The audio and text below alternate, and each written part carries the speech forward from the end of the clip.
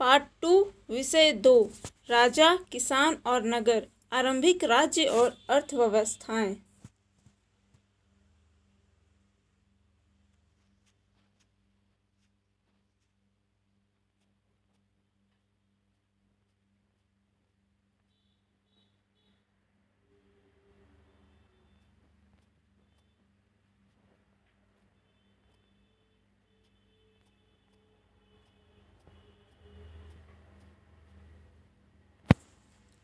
चार पॉइंट 2 दैविक राजा। राजाओं के लिए उच्च स्थिति प्राप्त करने का एक साधन विभिन्न देवी देवताओं के साथ जुड़ना था।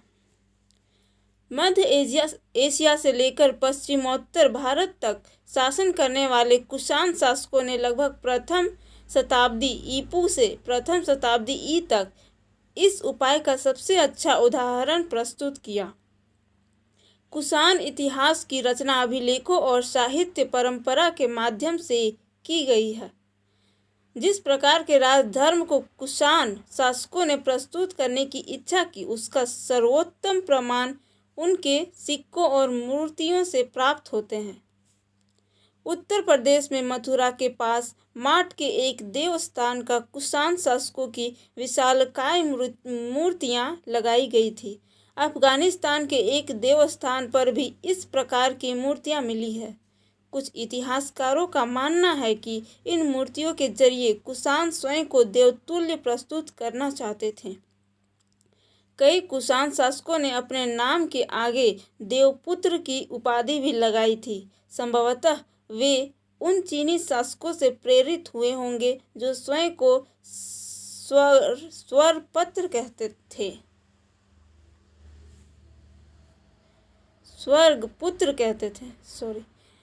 चौथी शताब्दी ई में गुप्त साम्राज्य सहित कई बड़े साम्राज्यों के साक्ष्य मिलते हैं। इनमें से कई साम्राज्य सामंतों पर निर्भर थे। अपना निर्वाह स्थानीय संसाधनों द्वारा करते थे, जिनमें भूमि पर नियंत्रण भी शामिल था। वे शासकों का आदर करते थे और उनकी सैनिक सहायता भी करते थे। जो सामंत शक्तिशाली होते थे वे राजा भी बन जाते थे, और जो राजा दुर्बल होते थे वे बड़े शासकों के अधीन हो जाते थे। गुप्त शासकों का इतिहास साहित्य सिक्कों और अभिलेखों की सहायता से लिखा गया है। साथ ही कवियों द्वारा अपने राजा या स्वामी की प्रशंसा में लिखी प्रस्तुतियाँ भी उपयोगी रही है। यद्यपि इतिहासकार इन रचनाओं के आधार पर ऐतिहासिक तथ्य निकालने का प्रायः प्रयास करते हैं, लेकिन उनके रचयिता तथ्यात्मक विवरण की उपेक्षा उन्हें काव्यात्मक ग्रंथ मानते थे। उदाहरण के तौर पर इलाहाबाद स्तंभ अभिलेख के नाम से प्रसिद्ध प्रयाग प्रस्ती की रचना हरिसेन, जो स्वयं गुप्त सम्राटों के संभवतः सबसे शक्तिशाली सम्राट समुद्रगुप्त के राजकवि थे, ने संस्कृत में की थी। 5 बदलता हुआ देहात। 5.1 जनता में राजा की छवि। राजाओं के बारे में प्रजा क्या सोचती थी? संभावित है कि अभिलेखों से सभी जवाब नहीं मिलते हैं। वस्तुतः साधारण जनता द्वारा राजाओं के बारे में अपने विचारों और अनुभवों के विवरण कम ही छोड़े गए हैं। फिर भी इतिहासकारों ने इसका निराकरण करने का प्रयास किया है। उदाहरण के तौर पर जातक और पंचतंत्र जैसे ग्रंथों में वर्णित कथाओं की समीक्षा करके इतिहासकारों ने पता लगाया है कि इनमें से अनेक कथाओं के स्रोत मौखिक किस्से कहानियां हैं, जिन्हें बाद में लिपिबद्ध किया गया होगा। जातक कथाएं पहली सहस्त्राब्दी ई के मध्य में पाली भाषा में लिखी गई। गंधतिंदु जातक नामक एक कहानी में बताया है कि एक कुटिल राजा की प्रजा किस प्रकार से दुखी रहती है। इन लोगों में वृद्ध महिलाएं, पुरुष, किसान, पशुपालक, ग्रामीण बालक और यहाँ तक कि जानवर भी शामिल हैं। जब राजा अपनी पहचान बदलकर प्रजा के बीच में यह पता लगाने गया कि लोग उसके बारे में क्या सोचते हैं, तो एक एक कर सबने अपने दुखों के लिए राजा को भला बुरा कहा। उनकी शिकायत थी कि रात में डकैत उन पर हमला करते हैं तो दिन में कर इकट्ठा करने वाले अधिकारी। ऐसी परिस्थिति से बचने के लिए लोग अपने अपने गांव छोड़कर जंगल में बस गए। जैसा कि इस कथन से पता चलता है कि राजा और प्रजा, विशेषकर ग्रामीण प्रजा के बीच संबंध तनावपूर्ण रहते थे, क्योंकि शासक अपने राजकोष को भरने के लिए बड़े बड़े कर की मांग करते थे, जिससे किसान खासतौर पर त्रस्त रहते थे। इन जातक कथा से पता चलता है कि इस संकट से बचने का एक उपाय जंगल की ओर भाग जाना होता था। इसी बीच करों की बढ़ती मांग को पूरा करने के लिए किसानों ने उपज बढ़ाने के और उपाय ढूंढने शुरू किए। 5.2 उपज बढ़ाने के तरीके। उपज बढ़ाने का एक तरीका हल का प्रचलन था, जो 6वीं शताब्दी ई से ही गंगा और कावेरी की घाटियों के उर्वर कछारी क्षेत्र में फैल गया था। जिन क्षेत्रों में भारी वर्षा होती थी, वहां लोहे के फाल वाले हलों के माध्यम से उर्वर भूमि की जुताई की जाने लगी। इसके अलावा गंगा की घाटी में धान की रोपाई की वजह से उपज में भारी वृद्धि होने लगी। हालांकि किसानों को इनके लिए कमर तोड़ मेहनत करनी पड़ती थी। यद्यपि लोहे के फाल वाले हल की वजह से फसलों की उपज बढ़ने लगी, लेकिन ऐसे हलों का उपयोग उपमहाद्वीप के कुछ ही हिस्सों में सीमित था।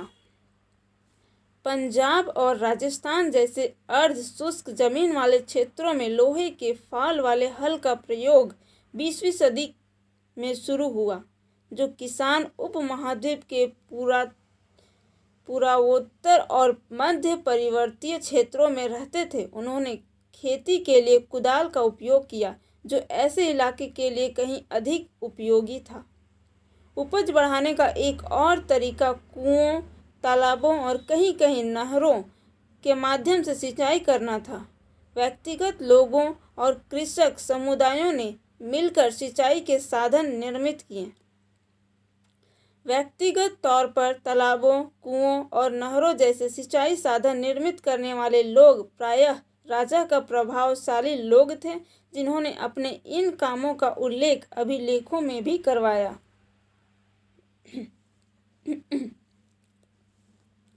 5.3 ग्रामीण समाज में विभिन्नताएं। यद्यपि खेती की इन नई तकनीकों से उपज तो बढ़ी, लेकिन इसके लाभ समान नहीं थे। इस बात के प्रमाण मिलते हैं कि खेती से जुड़े लोगों में उत्तरोत्तर भेद बढ़ता जा रहा था। कहानियों में, विशेषकर बौद्ध कथाओं में, भूमिहीन खेतिहर, श्रमिकों, छोटे किसानों और बड़े बड़े जमींदारों का उल्लेख मिलता है। पाली भाषा में गहपति का प्रयोग छोटे किसानों और जमींदारों के लिए किया जाता था। बड़े बड़े जमींदार और ग्राम प्रधान शक्तिशाली माने जाते थे, जो प्रायः किसानों पर नियंत्रण रखते थे। ग्राम प्रधान का पद प्रायः वंशानुगत होता था। आरंभिक तमिल संगम साहित्य में भी गांव में रहने वाले विभिन्न वर्गों के लोगों का उल्लेख है, जैसे कि वेल्यालर या बड़े जमींदार, हलवाहा या उलवर और दास अनिमई। यह संभव है कि वर्गों की यह विभिन्नताएं भूमि के स्वामित्व, श्रम और नई प्रौद्योगिकी के उपयोग पर आधारित हो। ऐसे परिस्थिति में भूमि का स्वामित्व महत्वपूर्ण हो गया, जिसकी चर्चा प्रायः विधि ग्रंथों में की जाती थी। 5.4 भूमिदान और नए संभ्रांत ग्रामीण। ईस्वी की आरंभिक शताब्दियों से ही भूमिदान के प्रमाण मिलते हैं। इनमें से कई का उल्लेख अभिलेखों में मिलता है। इनमें से कुछ अभिलेख पत्थरों पर लिखे गए थे, लेकिन अधिकांश ताम्र पत्रों पर खुदे होते थे, जिन्हें संभवतः उन लोगों को प्रमाण रूप में दिया जाता था जो भूमिदान लेते थे। भूमिदान के जो प्रमाण मिले हैं वे साधारण तौर पर धार्मिक संस्थाओं या ब्राह्मणों को दिए गए थे।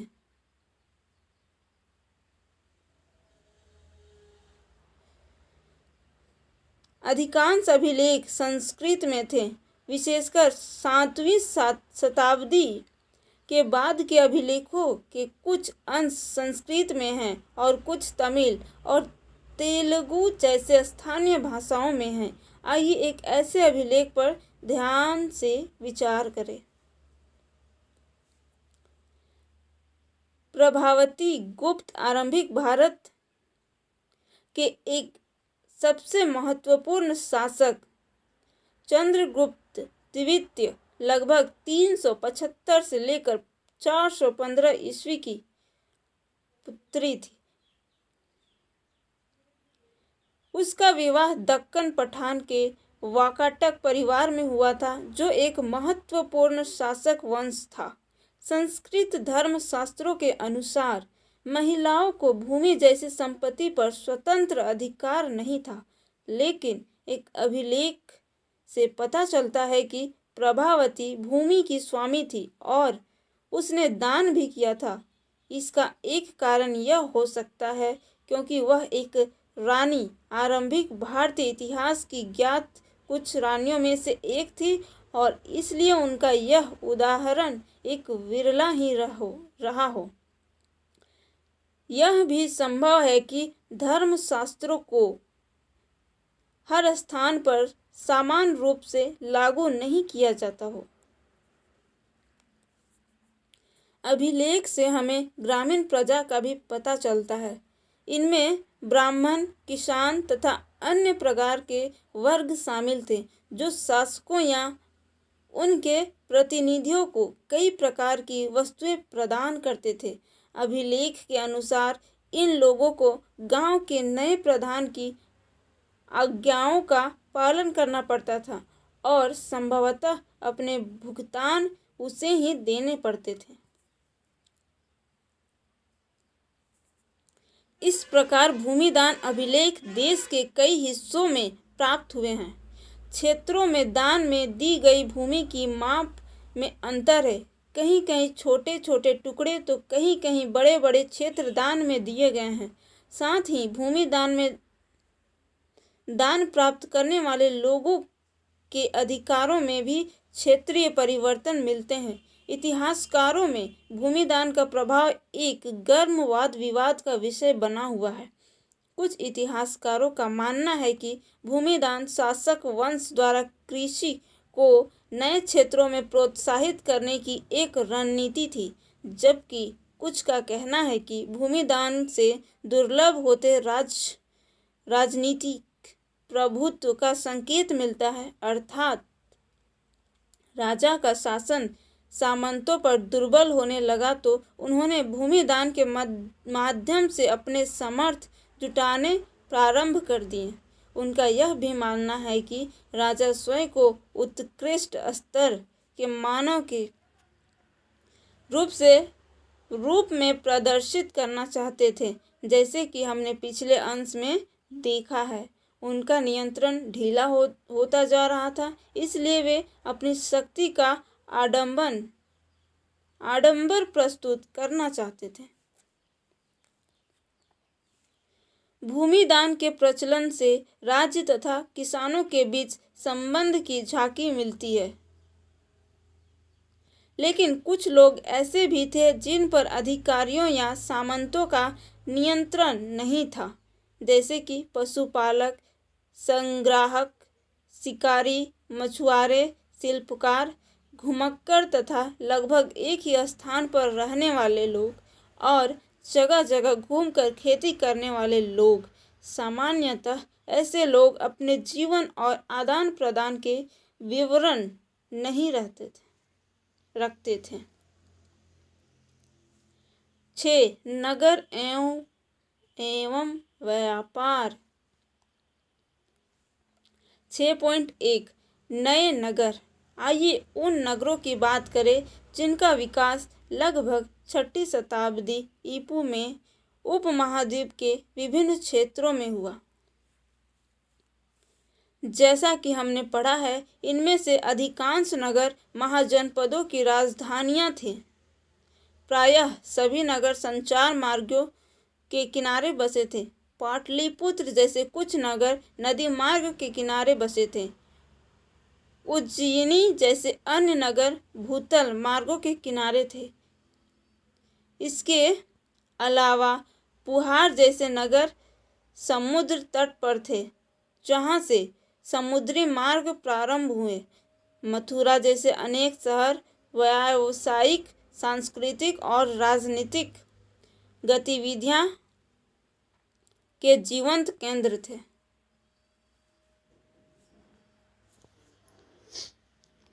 6.2 नगरीय जनसंख्या, संभ्रांत वर्ग और शिल्पकार। हमने पढ़ा है कि शासक वर्ग और राजा किलेबंद नगरों में रहते थे। यद्यपि इनमें से अधिकांश स्थलों पर व्यापक रूप से खुदाई करना संभव नहीं है, क्योंकि आज भी इन क्षेत्रों में लोग रहते हैं, हड़प्पा शहरों से भिन्न।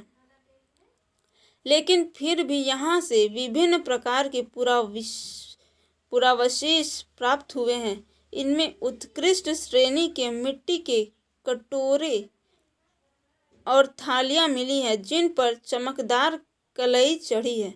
इन्हें उत्तरी कृष्ण मार्जित पात्र कहा जाता है। संभवतः इनका उपयोग अमीर लोग किया करते होंगे। साथ ही सोने, चांदी, कांस्य, तांबे, हाथी दांत, शीशे जैसे तरह तरह के पदार्थों के बने गहने, उपकरण, हथियार, बर्तन, सीप और पक्की मिट्टी मिली है। द्वितीय शताब्दी ईपू आते आते हमें कई नगरों में छोटे दानात्मक अभिलेख प्राप्त होते हैं। इनमें दाता के नाम के साथ साथ प्रायः उसके व्यवसाय का भी उल्लेख होता है। इनमें नगरों में रहने वाले धोबी बनकर लिपिक, पढ़ाई, कुम्हार, स्वर्णकार, लोहकार, अधिकारी, धार्मिक गुरु, व्यापारी और राजाओं के बारे में विवरण लिखे होते हैं। कभी कभी उत्पादकों और व्यापारियों के संघ का भी उल्लेख मिलता है, जिन्हें श्रेणी कहा गया है। ये श्रेणियां संभवतः पहले कच्चे माल को खरीदती थी, फिर उनसे सामान तैयार कर बाजार में बेच देती थी। यह संभव है कि शिल्पकारों ने नगर में रहने वाले संभ्रांत लोगों की बढ़ती मांग को पूरा करने के लिए कई प्रकार के लौह उपकरणों का प्रयोग किया होगा।